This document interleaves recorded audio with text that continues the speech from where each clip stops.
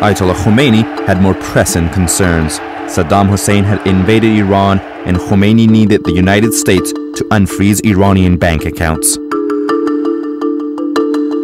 During their second Christmas in captivity, negotiations for the hostages' release began.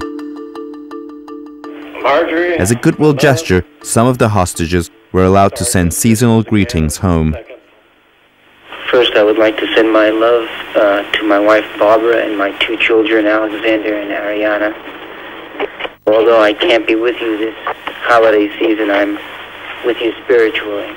Anne and I keep busy every day. We're reading and studying faithfully, and I love you all very much. And I look forward to being with you, hopefully, as soon as we can. Merry Christmas. For CIA officer Bill Doherty, it was the beginning of the end of 425 days in solitary confinement.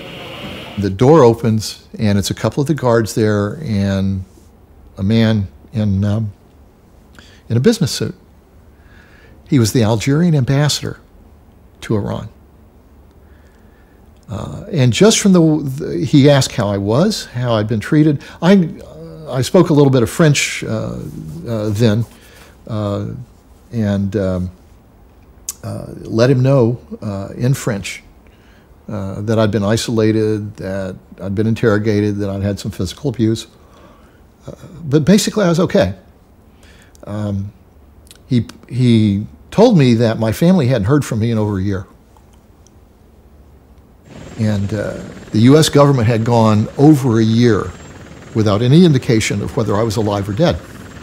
So he said, you write a letter, and I'll hand carry it back. So, well, you know, what he's doing is he's counting. He's seeing, you know, who's here, who's not, who's well, and who's not. And I said the Iranians would not let him do this if they weren't thinking about a release.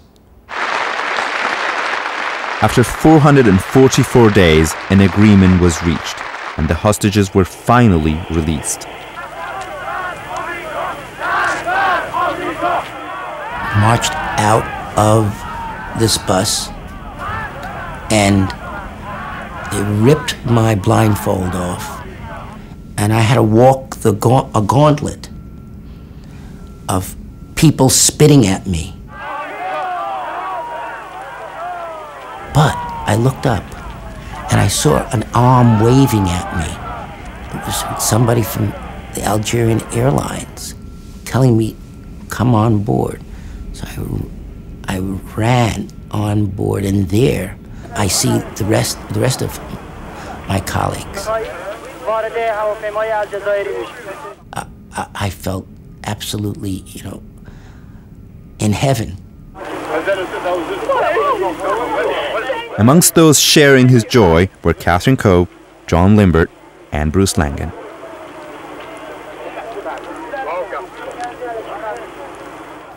I, Ronald Reagan, do solemnly swear.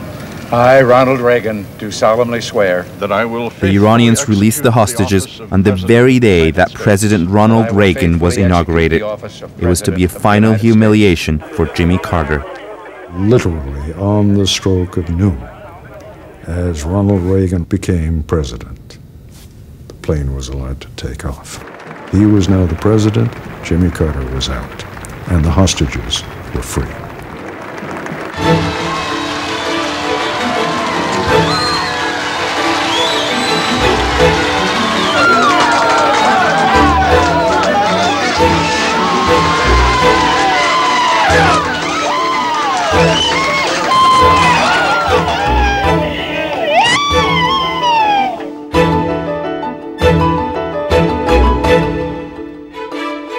I saw Barbara for the first time in so many months holding two children, one who I recognized somewhat, and the other one absolutely not.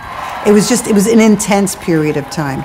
It wasn't just about the hostages and the families. The country was breathing a collective sigh of relief, and the joy that everybody felt was so overwhelming. Freedom. in our hands, our families around us, all of us enjoying what the restoration of freedom means. No one can comprehend that except someone who has been a prisoner.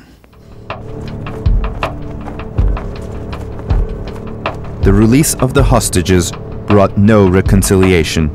Diplomatic relations between Iran and the United States remain frozen to this day. For 30 years, this building, the Iranian embassy in Washington, has been abandoned.